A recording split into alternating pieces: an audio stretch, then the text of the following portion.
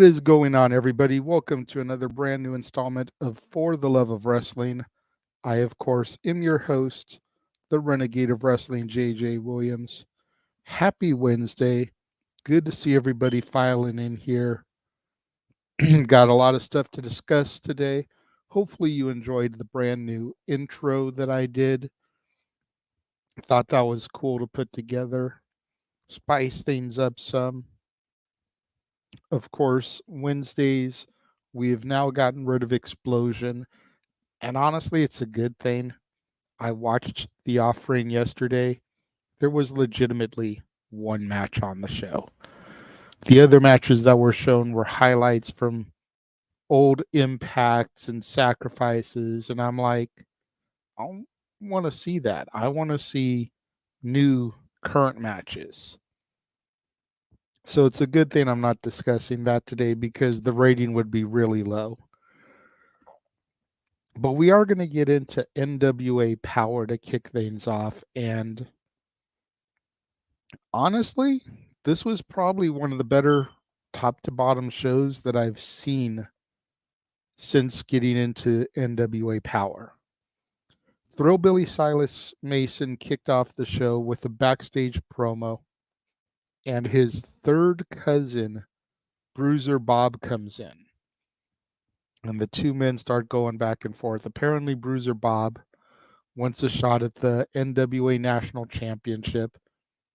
This was kind of hokey, but it moved right into a match here where we had Bruiser Bob and Devin Dixon take on Alex Taylor and Kerry Morton.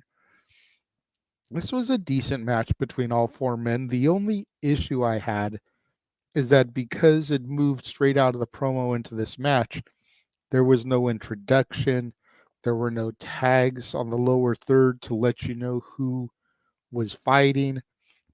So it took almost half of the match before I really figured out who all was in this match. Because with the exception of Kerry Morton, they were all guys that I hadn't seen a whole lot.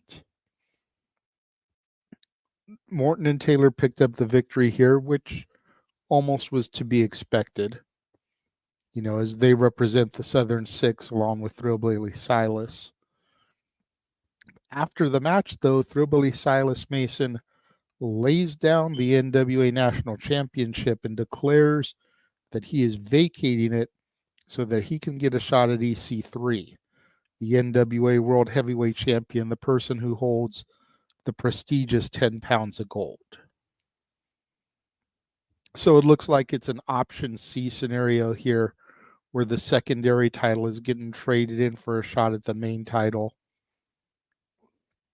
Not sure when that match will be taking place between Thrillbilly Silas and EC3, but it should be decent.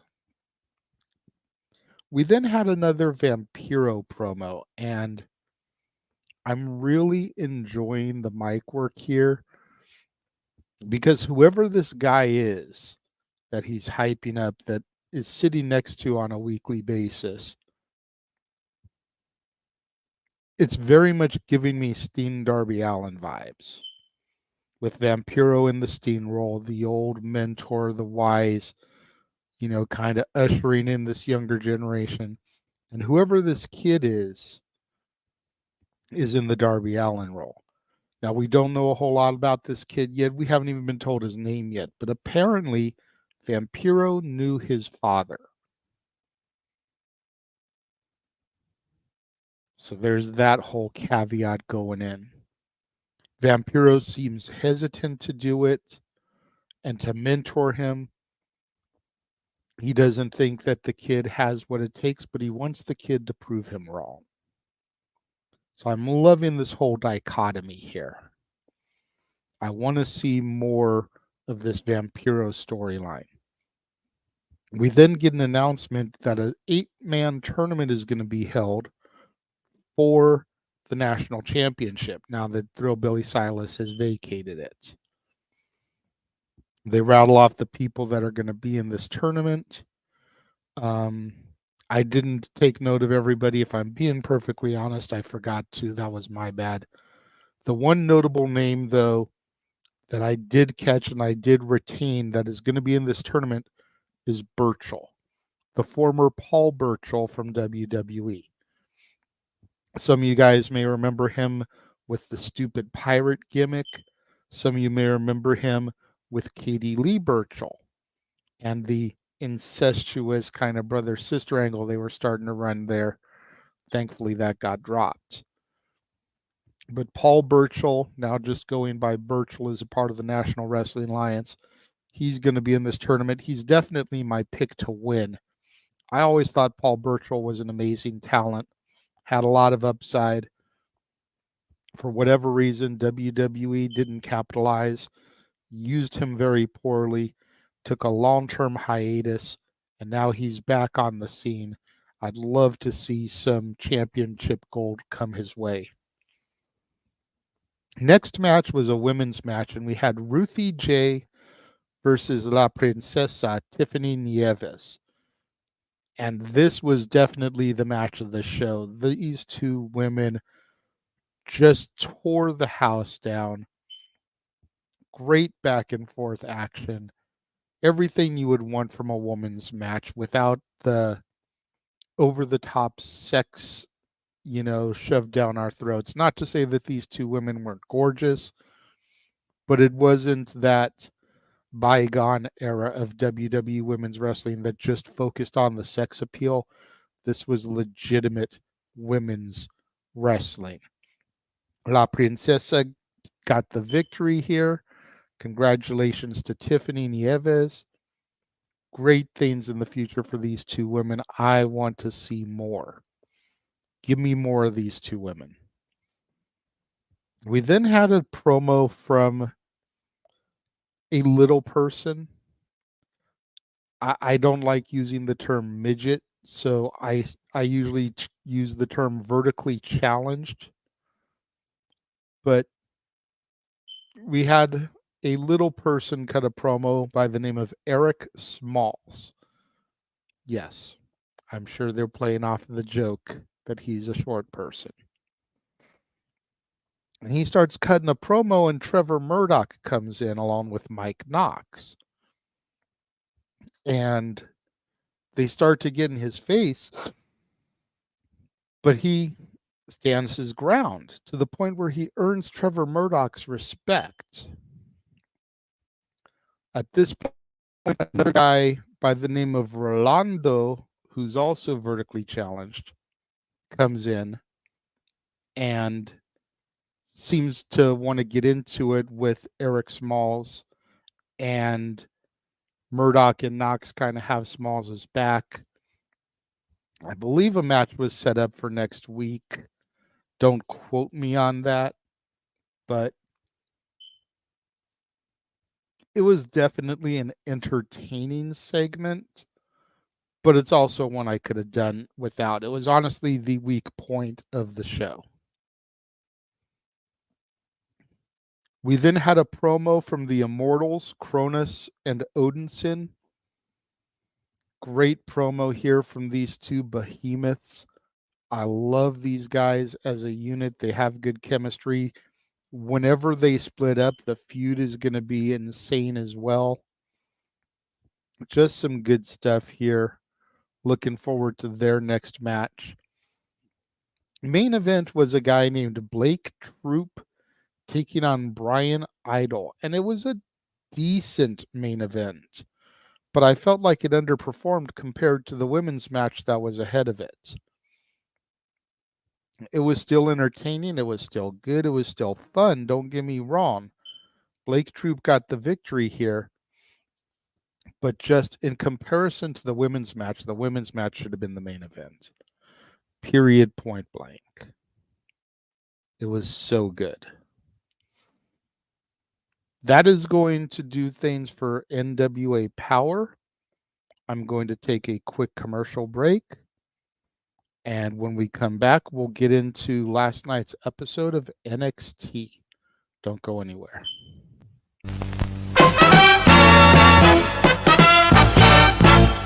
And now, preview time. So let's take a look at what's coming your way.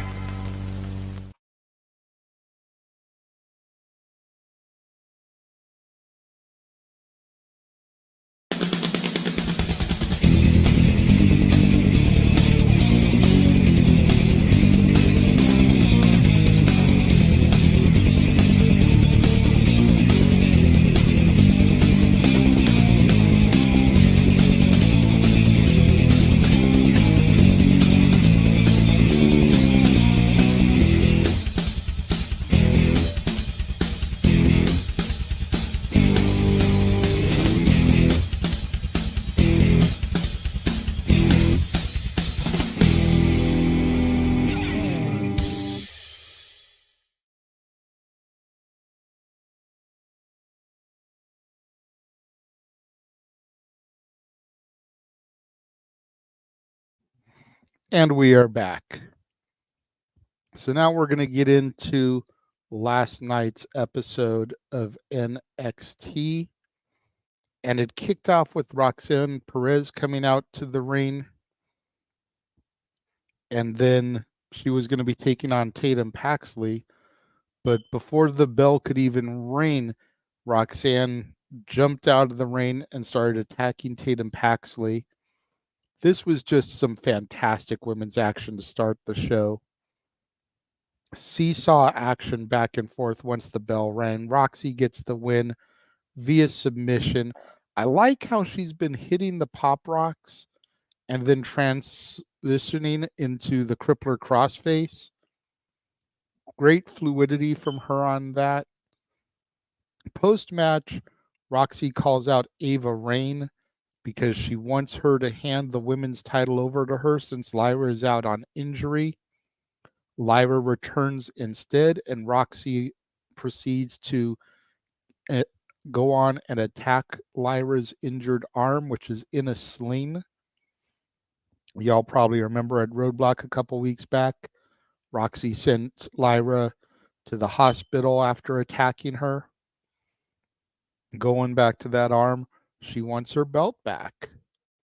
Her logic is definitely sound. I don't like the new attitude she's been showing, but it's justified in a lot of ways.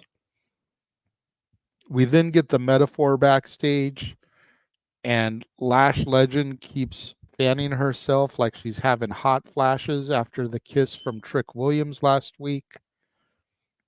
Noam Dar and everybody are checking on her, making sure she's focused, making sure she's still down for the team. You know, she's telling them that she's good. Alpha Academy is here.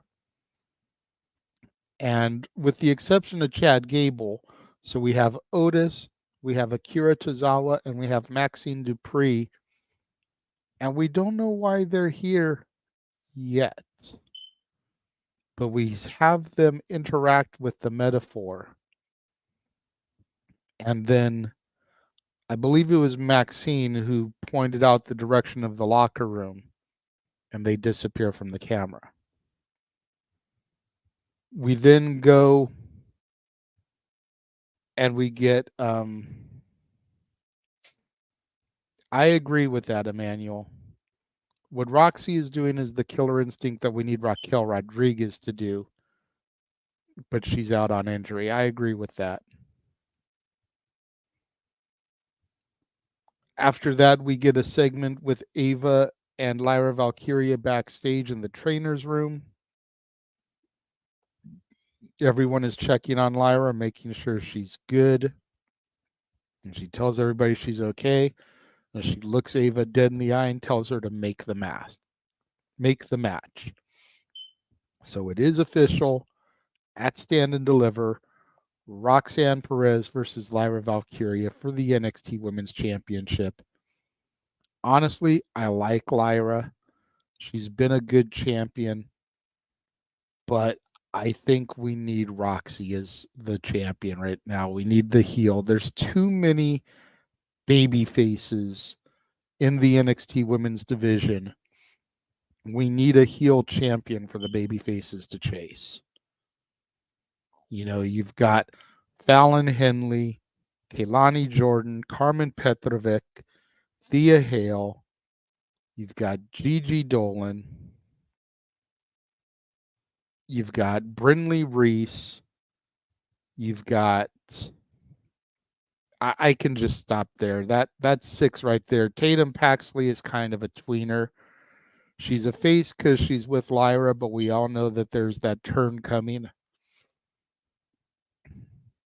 So we got a bunch of baby faces for the champion to be holding off, as opposed to not a whole lot of heels. We then get a Josh Briggs promo in the ring, and he's kind of upset about what happened with Jensen last week, Brooks Jensen. And he calls out Obafemi, issues a challenge, and then Dijak comes in and interrupts. Excuse me. Dijak comes in and interrupts. And Dijak basically says, I don't care about all this. I told you last week I'm going to be the next guy coming. And we find out later in the night that there is a 4-man tournament that has been set up for next week where the winner will get a shot at Obafemi. I believe it's Stand and Deliver. It's going to be Briggs versus Duke Hudson and Dijak versus Sean Spears. So that should be very interesting to see which of the 4 men gets the shot at Obafemi. We then get a backstage promo from Sean Spears. And what he says isn't memorable, but the fact that Joe Gacy is hiding under his table is the interesting part here. Are we going to start getting a Sean Spears and Gacy program? Could be interesting. We then see Carmelo Hayes arrive at the building with his security team. And then it is tag team action to see which of these teams will get added to the LWO for a triple threat to see who gets a shot at the tag titles at Stand and Deliver. And we have Nathan Frazier and Axiom taking on the No Quarter Catch crew. And because of the catch clause, you don't know who is going to compete until the bell rings. And we find out it's going to be Miles Bourne and Charlie Dempsey. This was just some fantastic tag team action. This was amazing. Axiom and Frazier were on top of their game. Miles Bourne was bringing the power game. Charlie Dempsey is so much like his old man, William Regal, that it's not even funny. They really proved that they deserve to be in the ring with some of these guys that have been around NXT for a minute and possibly even going up to the main roster. Frazier and Axiom get the victory here, but it's definitely not, the end of the world for Dempsey and Bourne. We then have a video from Anonymous as he caught Von Wagner and Mr. Stone kind of arguing after Stone's loss last week. Apparently, Mr. Stone feels embarrassed about the way that Von Wagner carried him out like a baby. And understandably so. He wanted to do this for his kids. He wanted to be a man, stand on his own. And Von Wagner came out at the end to help him, but I can understand why he might be embarrassed at the same time. We then have a promo from Baron Corbin and Braun Breaker, the Wolf Dogs, and the Alpha Academy show up here as well. And apparently Otis and Tozawa want a shot at the tag titles. That is why they are there. Mr. Gable, Chad Gable, sent them there to try to get the tag titles. And so a match is made. Alpha Academy versus Braun and Corbin next week. If Alpha Academy can win, they will be thrown in and the triple threat will become a fatal 4-way. Definitely should be interesting to see what happens there.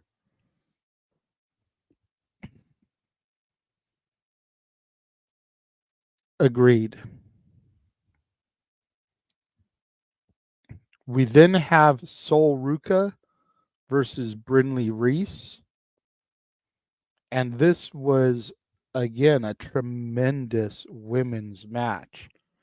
It's good to see Sol Ruka back in action. Good to see that she hasn't lost a step. Puts Brinley Reese away with her flipping cutter out of the corner like I don't even really know how to describe it. I don't know what she calls it, but it's a fucking great finisher. I had just about everybody in my house that saw it last night going, oh shit, saying that Randy Orton has lost his RKO. After the match, though, Blair Davenport hits the ring and attacks Sol Ruca. Of course, Sol Ruca showed up a couple weeks ago at Roadblock, got her revenge against Blair Davenport, but it's going to be curious to see if we get a one-on-one match between these two women.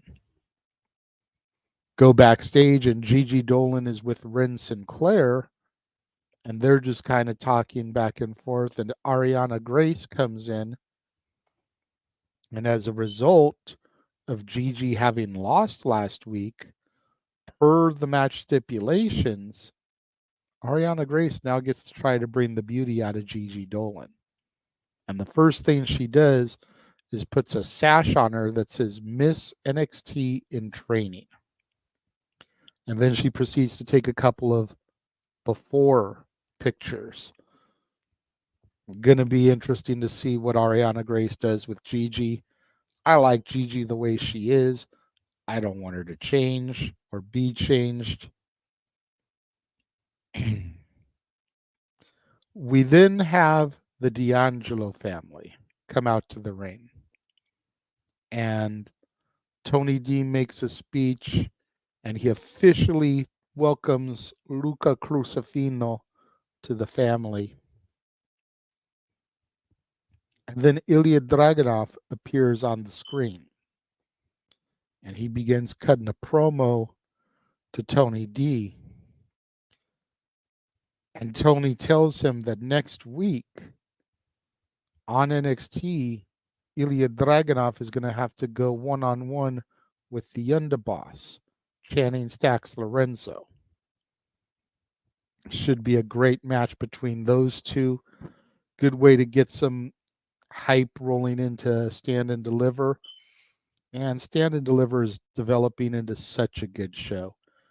Tony D versus Dragunov, Roxanne versus Valkyria, Mello versus Trick, and we're still probably going to get at least 3 more matches, maybe 4.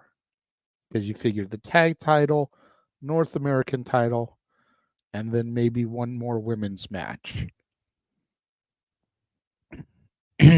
We then go backstage and we have Thea Hale apologizing to Riley Osborne for the way that she's been lately. You know, the bad advice that she's taken from JC, trying to change herself.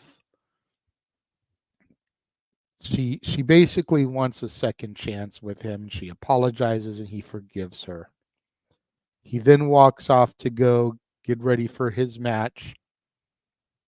And Andre Chase and Duke Hudson come in and kind of applaud her and cheer her on.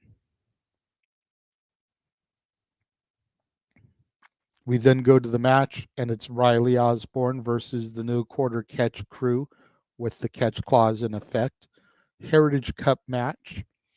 They end up deciding that Drew Gulak will be the one to wrestle since we already had Miles Bourne and Charlie Dempsey wrestle. And matches like this may actually make me give a shit about the Heritage Cup. For so long, I could have cared less about that cup because of Noam Dar and the way he carried himself and the way he carried himself in the ring, the way he carried that cup. But this match was fucking fire. It was so good. Show-stealing performance by Riley Osborne. Drew Gulak was able to get the win, thanks largely in part to JC Jane and Jasmine Ninks, who, when Riley was going to go for a move out of the corner, tripped his legs so that Gulak fell on top of him and got the pinfall. Damn shame for the way that it ended, but a hell of a match. Highly, highly recommend that people watch that one. We then have Brooks Jensen attempting to leave the facility, and Fallon Henley tries to stop him. And she wants to try to, smooth things over. And Jensen really doesn't know what his place is right now. Briggs is doing big things, Fallon's doing big things, and he's just kind of there. And he needs some time to get his head together, get his thoughts together, and just see how he feels. And he takes off. We then see Kehlani Jordan, who wants revenge on Kiana James and Izzy Dane. Those are the two that attacked her last week. She wants to get her revenge, and Fallon stops her. Is like, wait a minute. It was 2-on-1 last week. How did that turn out for you? And Kehlani was like, okay. So Fallon's got her back. And the two go inside together looking for Kiana and Izzy. We then have Thea Hale and Duke Hudson backstage with Ava because Thea wants her some of Jasmine and JC, and she's going to get Jasmine next week. It'll be Jasmine Nynx's very first NXT match. Thea Hale is going to be able to get her hands on her. And then Thea takes off, and this is the point where Ava asks Duke if he'd be interested in getting a shot at the North American title, which again falls into that four-man that I talked about earlier. We then get our other qualifier match for the tag team titles, and it's Carl Anderson and Luke Gallows, the Good Brothers, taking on Hank and Tank. And during the match, Booker T acknowledges the fact that the Good Brothers are 3-time IWGP Tag Team Champions, 3-time Impact Tag Team Champions, along with being 2-time WWE Tag Team Champions. So the acknowledgement again here of Impact Wrestling on WWE TV, I think is a big step. I think we're going to get closer and closer and closer to an TNA, Impact, whatever you want to call them, WWE crossover event. Because going back to Mickie James in the Rumble as the Knockouts champion, then Jordan Grace in the Rumble as the Knockouts champion, acknowledgments here recently of TNA and Impact Wrestling on WWE television. You're going to have Shayna Baszler versus Masha Slamovich at the Josh Barnett's Bloodsport X on WrestleMania weekend. There's a lot of crossover going on here, cross-pollination, and I think maybe not in 2024, but by 2025, I think we're going to get a crossover event. This was a predictable match as the Good Brothers got the victory over Hank and Tank. Not saying it was a bad match, any stretch of the imagination, but it just kind of was what it was. You knew Hank and Tank weren't going to defeat the Good Brothers. We then see JC Jane and Jasmine backstage talking to Kiana and Izzy. Kehlani Jordan and Fallon Henley come in. They start attacking Kiana and Izzy after JC and Jasmine leave, getting that frustration out. Nothing official yet, but I definitely would expect to see a match come into fruition here. If not the next 2 weeks, maybe this will be the other women's match at Stand and Deliver. Personally, I think it should be Thea versus JC with everything that's been going around and building up. I feel like that's a WrestleMania weekend match that needs a payoff, not just a throwaway match on TV. Have Thea beat Jasmine next week and then get on the mic and say that she wants JC at Stand and Deliver. Main event was Noam Dar versus Trick Williams, and the match was good. I won't sell Noam Dar short just because of the way I feel. Trick did his thing. The match was good, but the main story of the match wasn't Trick and Noam. It was Lash Legend on the outside as part of the metaphor. What was she going to do? We all know about the kiss. It's now become public knowledge that her and Trick are a legitimate couple. What was going to happen in this match? And she went to go slap him. He caught her. And Noam Dar was able to get a move off on him as a result. So she still was loyal to her Metaphor crew. But I'm starting to wonder if we're not going to get a babyface turn from Lash here very soon.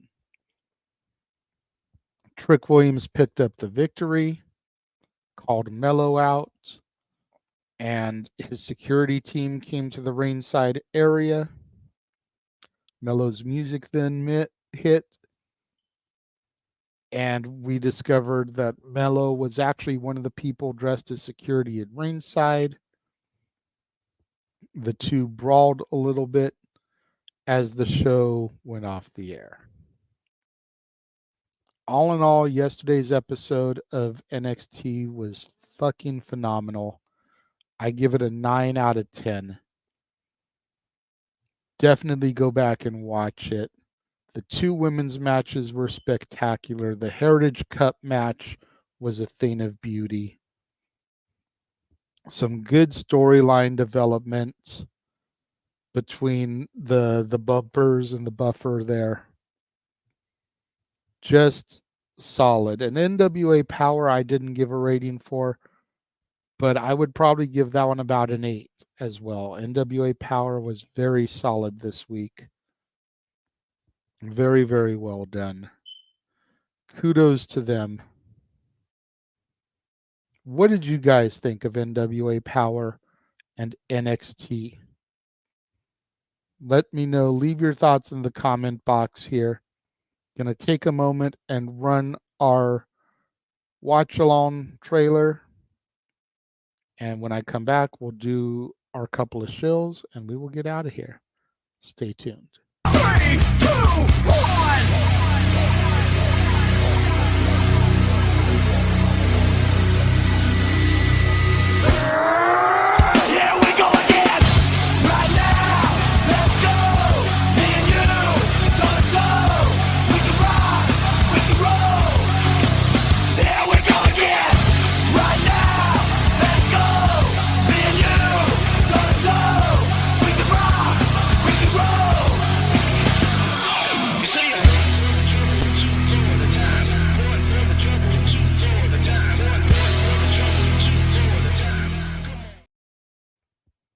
And we are back. Honestly, don't have a whole lot to show today. Make sure you guys tune in for the Greg Cherry show. Originally, I was told it was going to be every other week, and they did one last week, but I believe I've been hearing grumblings that there will be one today. So check it out if in fact there is one. The Greg Cherry Show, 4 o'clock Pacific, 7 o'clock Eastern. Other than that, make sure you guys tune in tomorrow when I will be discussing AEW Dynamite. Same bad time, same bad channel. Thank you, everybody, for joining me and tuning in today. And until next time, I will catch you guys later. The Jeff Meacham Network's Multiverse of Media. For over 15 years, the recognized symbol of excellence and the standard bearer in coverage of sports and entertainment. Thank you, JJ. Appreciate you.